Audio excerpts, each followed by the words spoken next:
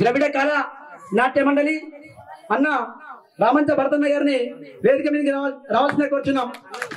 అన్న దయచేసి అన్యత భావించొద్దన్నా.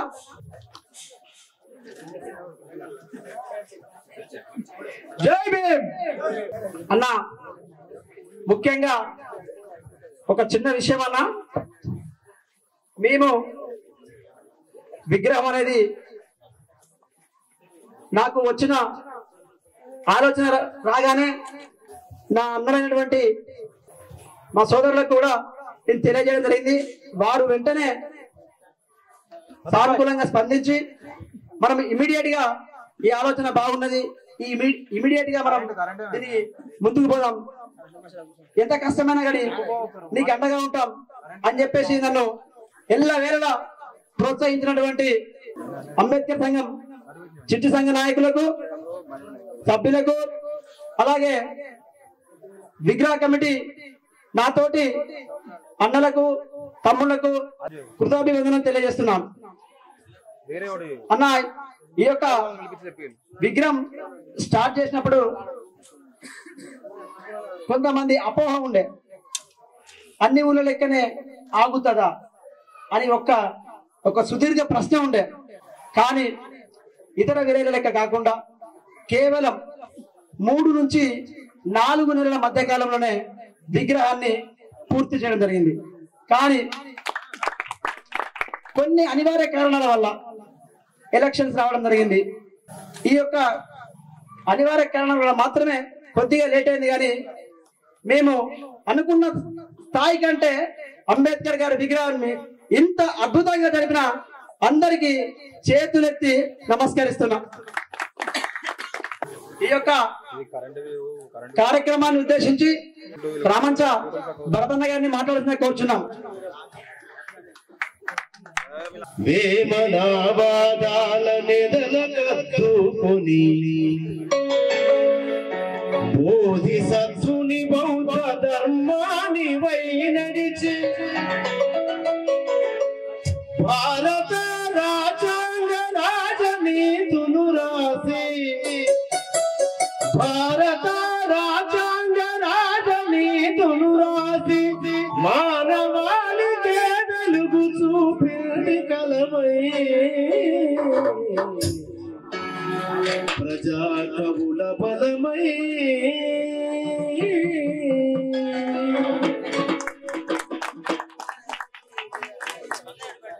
ముఖ్యంగా గ్రామ ప్రజలకు, చిట్టి సంఘం పెద్ద మనుషులకు, విగ్రహ కమిటీ పెద్ద మనుషులకు, అదేవిధంగా వేదికను అలంకరించినటువంటి పెద్దలు DBSA, DMSA, dream drum Telangana ధూమ్ధాం ఎట్లనో డ్రీమ్ డ్రమ్ అట్లా ఉస్మానియా యూనివర్సిటీ క్యాంపస్ లో ఈ 3 సంస్థలను స్థాపించి అటు విద్యార్థి ఉద్యమాలను, ఇటు సాంస్కృతిక ఉద్యమాన్ని, అటు రాజకీయ పోరాటాన్ని, ఇటు సాంస్కృతిక పోరాటాన్ని నడిపి వేలాది మంది, లక్షలాది మంది విద్యార్థులను యుద్ధం వైపు నడిపించినటువంటి గొప్ప వ్యక్తి. ఉస్మానియా యూనివర్సిటీ క్యాంపస్ లో డాక్టరేట్ పొంది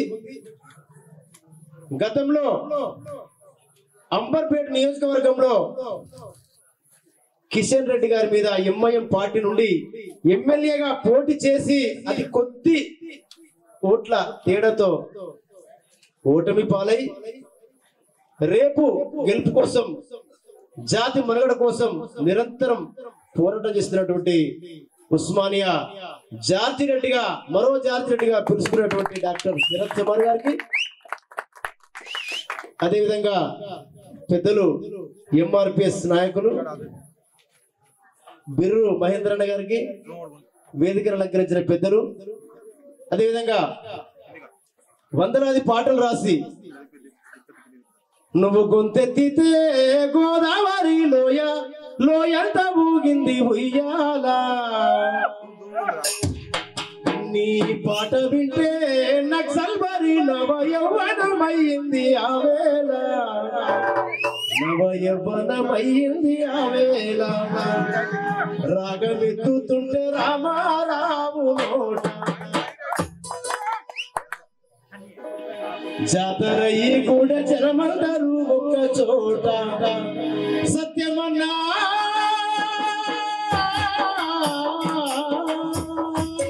ఓ రామన్నాని ఆట పాట ఓ సత్యమన్నాని ఆట పాట ఎట్టు రచినట్టు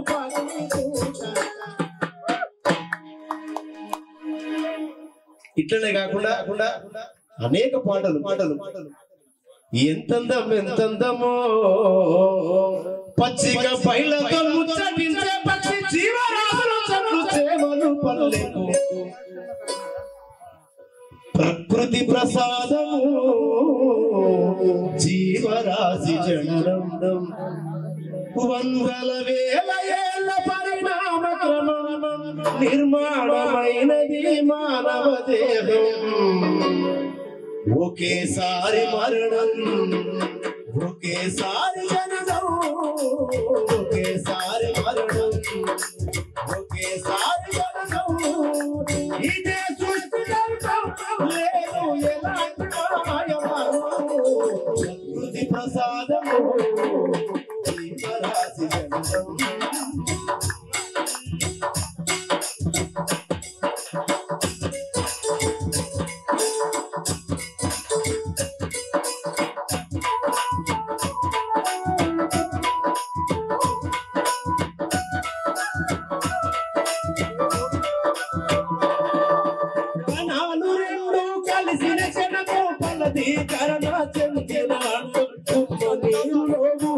శిశువుకు బొమ్మ రూపమో మాంసఖండము బొమ్మ రూపమో మాంసఖండము నెత్తుడు దుడ్డు తిప్పు తిన వేర్చి అవయవాదుల రూపము దాల్చి నరాలు నాడులు కొమికెల పూలు అమ్మ కడుపులో 9 నెలలు యోచన ఇగో ఇట్లాంటి అద్భుతమైనటువంటి పాటలు రాసిండు అంటే దీనికి మొత్తం కోటాను కోట్ల జీవరాశులు ఈ భూమి మీద ఉద్భవించినట్టే దానికి ప్రకృతి యొక్క పంచభూతాలు అని చెప్పి గొప్పగా రాసినటువంటి యోచనన్న గారు అదే విధంగా వేదిక ముందు ఆశీనులైనటువంటి విద్యార్థి సంఘాల నాయకులు కుల సంఘాల నాయకులు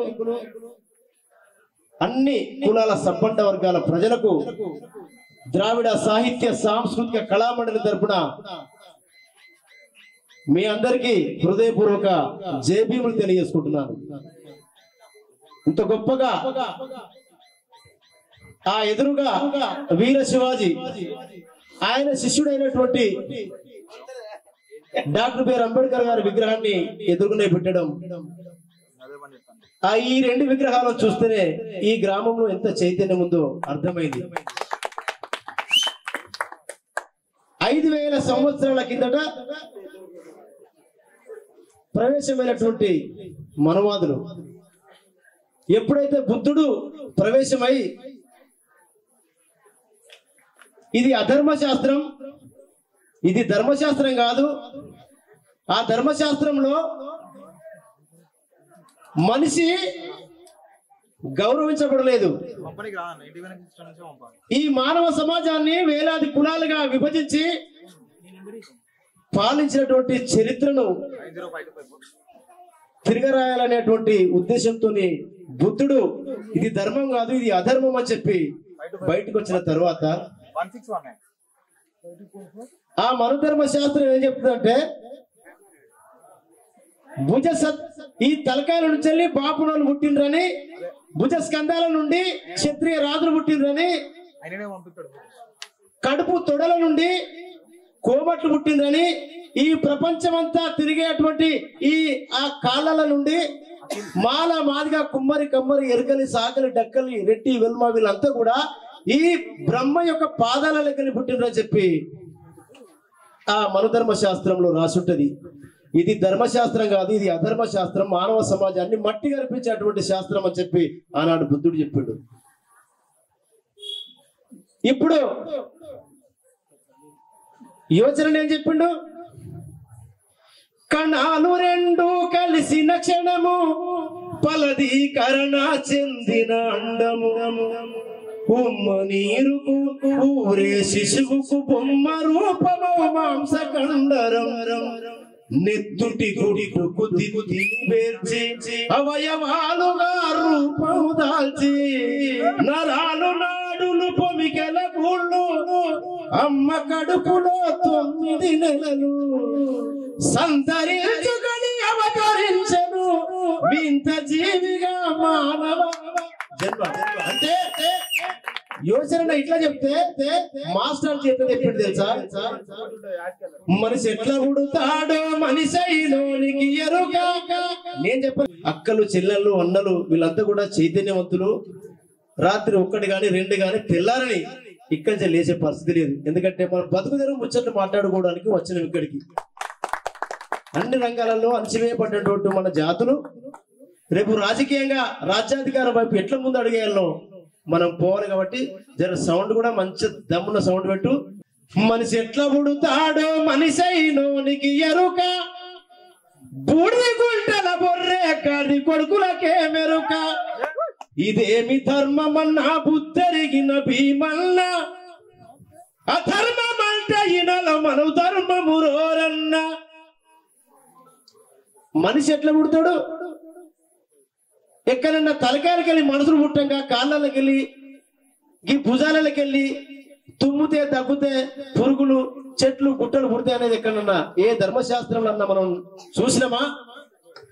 ఇట్లాంటి మాయ మాటలు చెప్పి ఎప్పుడో పంచంగాలు చెప్పుకొని బతకడం కోసం మన భారతదేశానికి వలస వచ్చినటువంటి ఆర్యులు ఈ అధర్మ శాస్త్రాన్ని రాసి ఒక తల్లి బిడ్డలా ఉన్నటువంటి ఈ దేశ ప్రజలను కులాలుగా వేలాది కులాలుగా విభజించి ఒక మన్నెపైనే ఒక మాదిగైన ఇంటికి పోవద్దు, ఒక శాఖలైనే ఒక డక్కలైన ఇంటికి పోవద్దు, ఒక గౌడు ఒక యాదవ్ ఇంటికి పోవద్దు, ఒక రెడ్డి ఒక వెలుమ ఇంటికి పోవద్దు, ఒక కుమ్మరైనే ఒక శాఖలైన బిడ్డను చేసుకోవద్దు.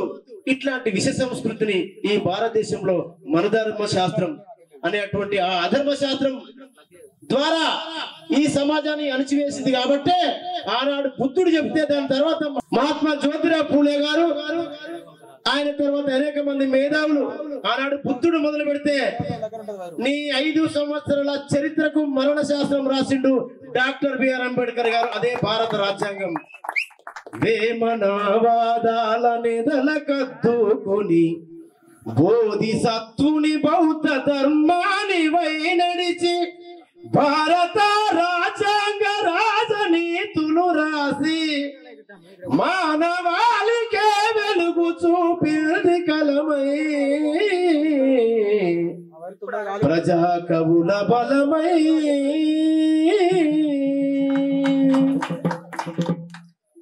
సురాతి 33 కోట్ల దేవుళ్ళు ఉన్నారని మనం వింటున్నాం. నేను పుట్టిన కథలు వింటున్నా కానీ నాకు తెలిసిన ఈ ప్రజలు ఈ అణచివేత నుండి బయటపడి కట్టుకోవడానికి గుడ్డ, ఉండడానికి ఇల్లు, కడుపుండా తిండి, చదువుకోవడానికి సౌకర్యం, ఉద్యోగాలు చేయడానికి, రాజకీయం చేయడానికి ఈ చీకట్లో ఉన్నటువంటి సమాజాన్ని వెలుగులోకి తీసుకొచ్చింది ఒక్క డాక్టర్ బిఆర్ అంబేద్కర్ అనేటువంటి దేవుడు తప్ప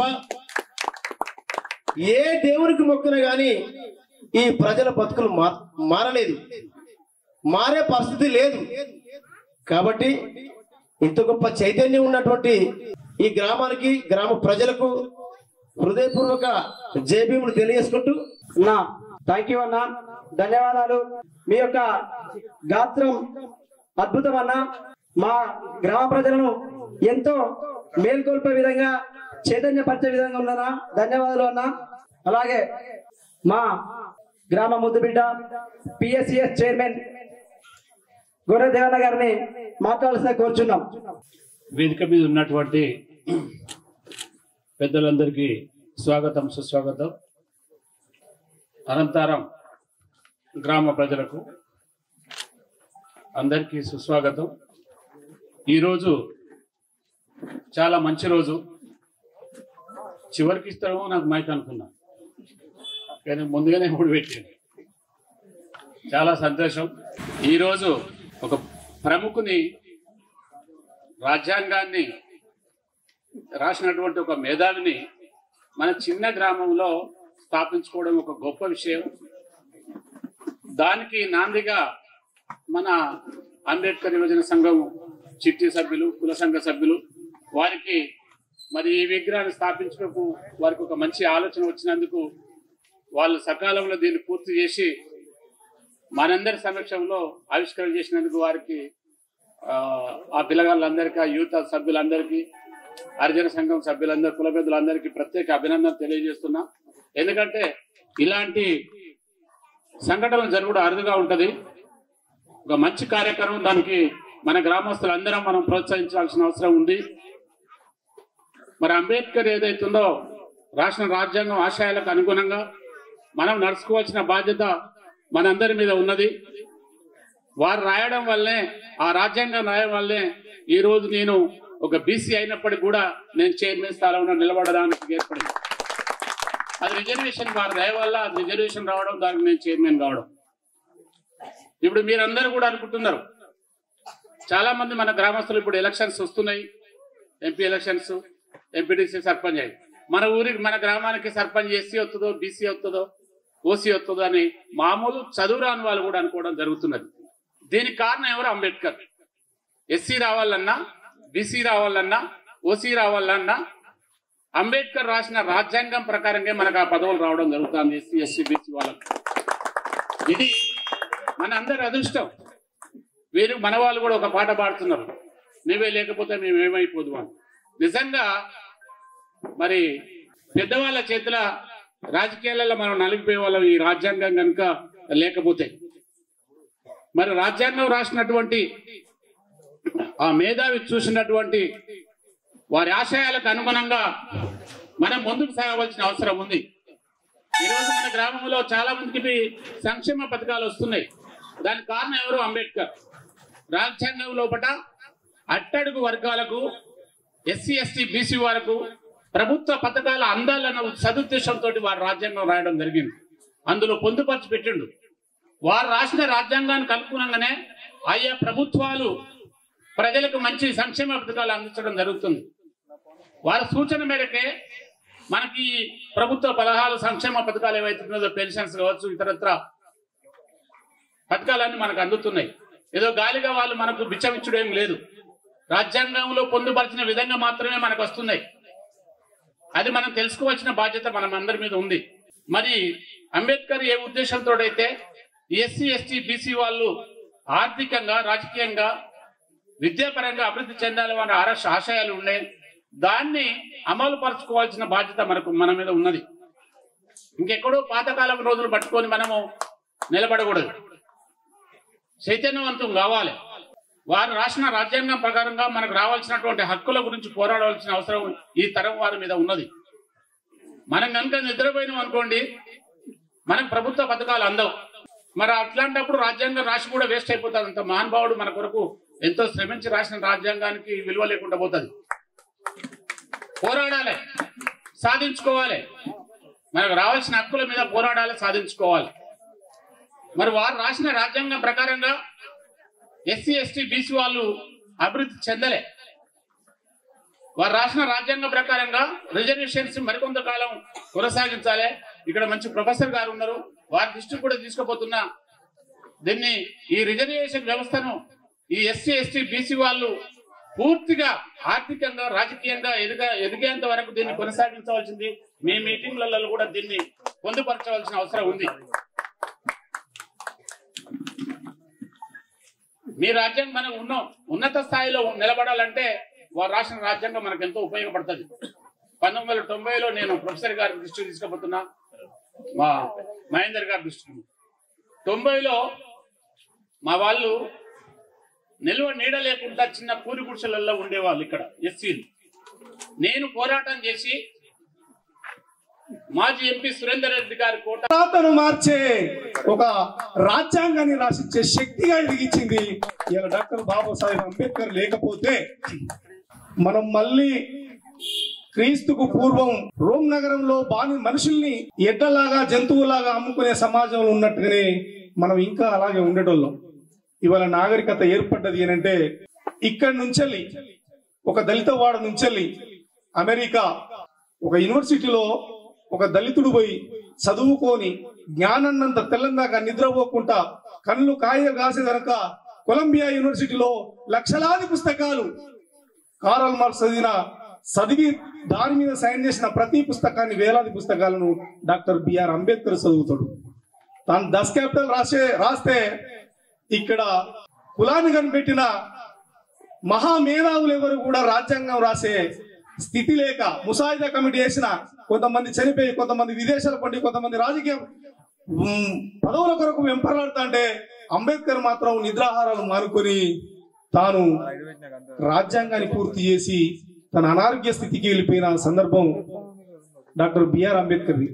అట్లా అటువంటి మహనీయుని చరిత్రని, తన జ్ఞానాన్ని నిజంగా కూడా ప్రపంచ మేధావులందరూ ఎంతమందిని కొలిచిన శరత్ అన్న అప్పుడప్పుడు అంటాడు, ఆయన రష్యాలో పుడితే ఒక లెనిన్, ఆయనే అమెరికాలో పుడితే ఒక మార్క్స్, మాల్కమ్ ఎక్స్, ఇలా ఎంతో మంది మేధావుని కలగలిపితే భారతదేశంలో మన అంబేద్కర్ అని తను చాలా సందర్భాల్లో చెప్పిన సందర్భం.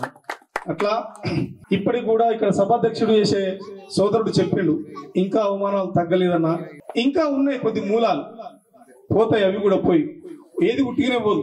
నల్లవాళ్ళు అమెరికాలో ఎన్నో సంవత్సరాలు యుద్ధం చేస్తే, ఎన్నో ప్రాణాలు త్యాగం చేస్తే, ఒక మాల్కమ్ ఎక్స్, ఒక మార్టిన్ లూథర్ కింగ్, ఒక పాల్ రాబ్సన్, ఇట్లా చాలా మంది యుద్ధం చేస్తే తర్వాత అక్కడ నల్ల జాతి ఒక ప్రెసిడెంట్ అబ్రహం లింకన్ దేశాన్ని ఏలగలిగే శక్తి వచ్చింది. రాజ్యాంగం మన చేతిలో పెట్టి బాబాసాహెబ్ అంబేద్కర్ గారు గొప్ప చైతన్యాన్ని దీన్ని పట్టుకొని మీరు నడవని ఇచ్చింది, కానీ దాన్ని సాధించే శక్తి మనకు ఉండాలి. అంబేద్కర్ గారు లేబర్ పార్టీలో 17 స్థానాలకు వాళ్ళు వాళ్ళకంటే మన ఎస్సీ మన దానికి రిజర్వేషన్ స్థానాలకు చేస్తే ఆ రోజులల్లో 15 స్థానాలు గెలిచిండు. 15 2 స్థానాలు. ఇవాళ రకరకాల దళిత సంఘాలు, బీసీ సంఘాలు విచ్ఛిన్నమైపోయి ఎన్నిసార్లు నిలబడ్డా కూడా ఆ పార్టీకి అధ్యక్షత వహించే నాయకులు, లీడర్లు కూడా గెలవలేని పరిస్థితి ఉన్నది. దయచేసి మిత్రులారా, ఇదంతా కూడా ఎందుకు చెప్తుందంటే యూనిటీ అవసరం, ఐక్యత అవసరం. కాబట్టి ఆ ఐక్యతను కొనసాగాలని చెప్తూ ఇప్పటికీ సమాజం దళిత కులాలని, దళిత సామాజిక వర్గాలని, బీసీలని, ఎస్సీలని, ఎస్టీలని ఇంకా చీడపురుగు, మనకు చాలా పేర్లు ఉన్నాయి. లంబడలను లంబడి పిట్ట అని, వడ్లను వడ్ల పిట్ట అని, శాలోలను శాల పురుగు అని, ఒక కుమ్మరి పురుగును కుమ్మరి పురుగు అని. ఏ బ్రాహ్మణ పురుగు ఉన్నదా? ఉండదు. రెడ్డి పురుగు ఉంటే బ్రాహ్మణ పురుగు, వెలవ పురుగు ఏది ఉండదు. అట్లా మనుషులు అదే రకంగా కాకిని చూస్తే కూడా ఈ సమాజంలోది చాలా జంబూ ద్వీప జాతీయ పక్షిని చూస్తే కూడా కాకిని ముట్టుకోవద్దు, కాకి అంటుతే పాపం అరిష్టం అని. కాకి చాలా జ్ఞానవంతమైనది, కాకి కాలజ్ఞాని. కాకిని చూసి ఈ సమాజం కాలాన్ని కనుక్కునేది. ఎందుకంట కాకి కష్టపడి గూడు పెట్టుకుంటే కోకిల అందులో వచ్చి గుడ్లు పెట్టి దాని గుడ్లను కింద పడేసి దీన్ని పిల్లలు చేసుకుని ఎగిరిపోతుంది. అటువంటి కాకి జాతికి సంబంధించిన జాతే నా దళిత జాతి అని చెప్పి అంటరాని దాని అంటే ఈ లోకం కంట నీరెందుకే కాకెమ్మ కర్మకాండల కాడ పిండాలను ముట్టె కన్నోళ్ళతో నీవమ్మ.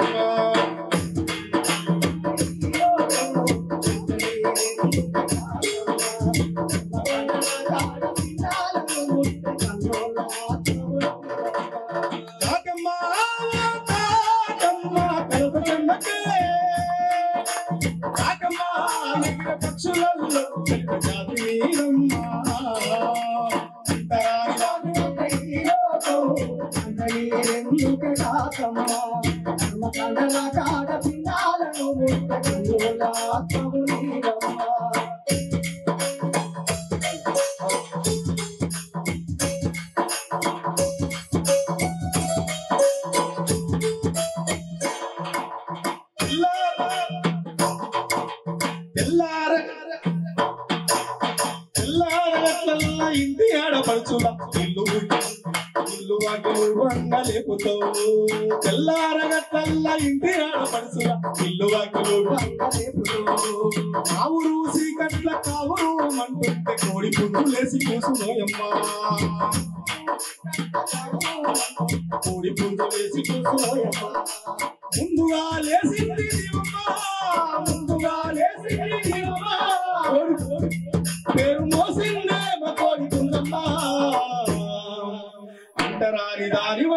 ఈ లోకం కర్మకండల కాడ పిండాలను ముట్టె కన్నుల ఆత్మవు నీవమ్మ.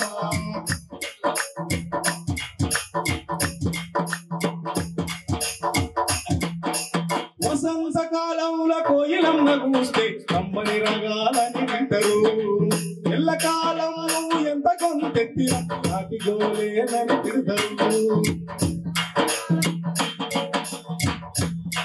నువ్వు తాకితే కీడంటూ పడపై పక్కేసి తాకితే కీడంటూ పడపై పక్కేసి బతుకున్న శవమయ్యి బంధువుల విసేరు దాని అంటే ఈ లోకము కంకరీందుకే కాదమ్మా. కర్మకండల కాడ పిండాలను మోసే బంధువుల ఆత్మవు నీవమ్మ. కర్మకండల కాడ పిండాలను మోసే బంధువుల ఆత్మవు నీవమ్మ. బయలెల్లె బంధువుల మతలాబు నందుకొని చుట్టాలు ఇచ్చే ఇంటి సూరు మీద వాలుతో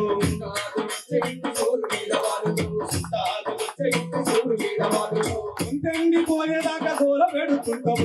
వచ్చే వాళ్ళకెదురు చూసేలా చేస్తావు.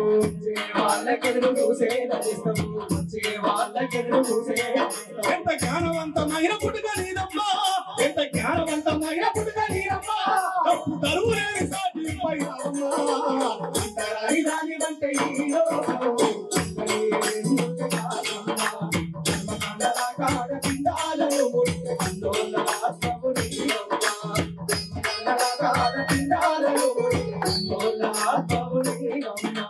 పితృదేవులకు పెట్ట పిండాలు ముట్టగా పిండాలు పెట్టగా తండుతో వస్తావు.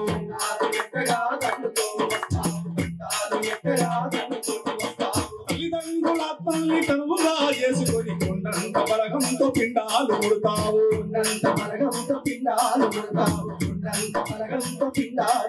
ఇంత ఆత్మగల్ల జీవి ఏది ఉన్నమా. ఇంత ఆత్మగల్ల జీవి ఏది ఉన్నమా. ఇంత ఆత్మగల్ల జీవి ఏది ఉన్నమా. ఇంత ఆత్మగల్ల జీవి ఏది ఉన్నమా. నీ త్యాగాన్ని అంటే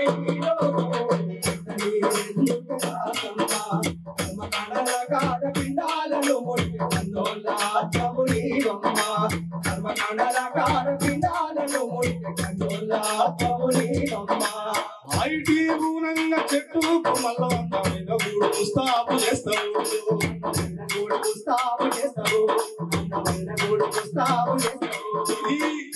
ఎంత దొరలున్నా దాసులున్నా గుళ్ళైనా గోపురాలైనా బల్లైనా కట్టాల్సింది ఎవరు కట్టాలి? దళితులే కట్టాలి. అక్కడ కాకి కూడా అంతే. ఆయటి ఊనంగా చెట్టు కొమ్మల్లో అందమైన గూడు ముస్తాబు చేస్తావు.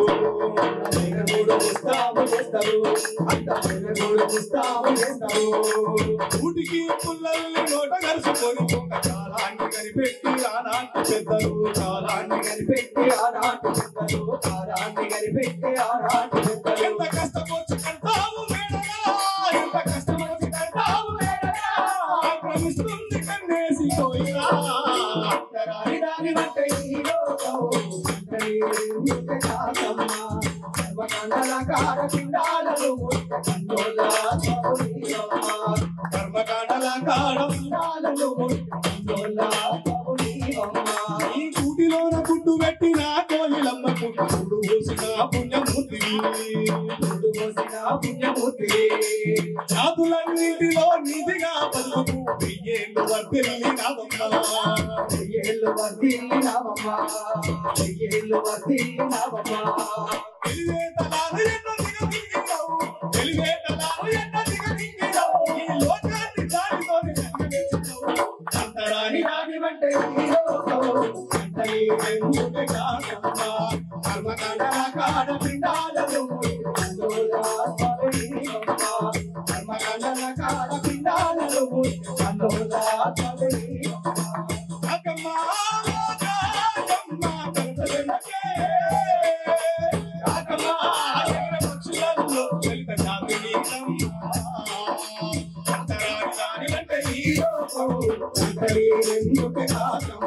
కర్మకండల కాడ పిండాలను కన్నోళ్ళ ఆత్మవు నీవమ్మ. కర్మకండల కాడ పిండాలను కన్నోళ్ళ ఆత్మవు నీవమ్మ.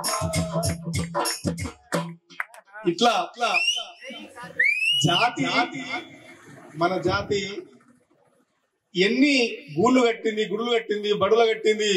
వాటిలో మళ్ళీ మనం ప్రవేశం లేకుండా దూరంగా ఉంచితే మనిషిని ముట్టుకోకపోవడం ఏంది దరిద్రంగా? మనిషిని ముట్టుకోకపోవడం అందరూ ఆది మానవుని జాతి నుంచి వచ్చినప్పుడు అందరూ మనుషులే. కాబట్టి దాని కొరకు కొంతమంది ప్రాణాలు త్యాగం చేసిన పరిస్థితులు పడ్డది, కొంతమంది ఆత్మ బలిదానాలు, కొంతమంది ఇంకా ఇంకా జరుగుతూనే ఉన్నాయి.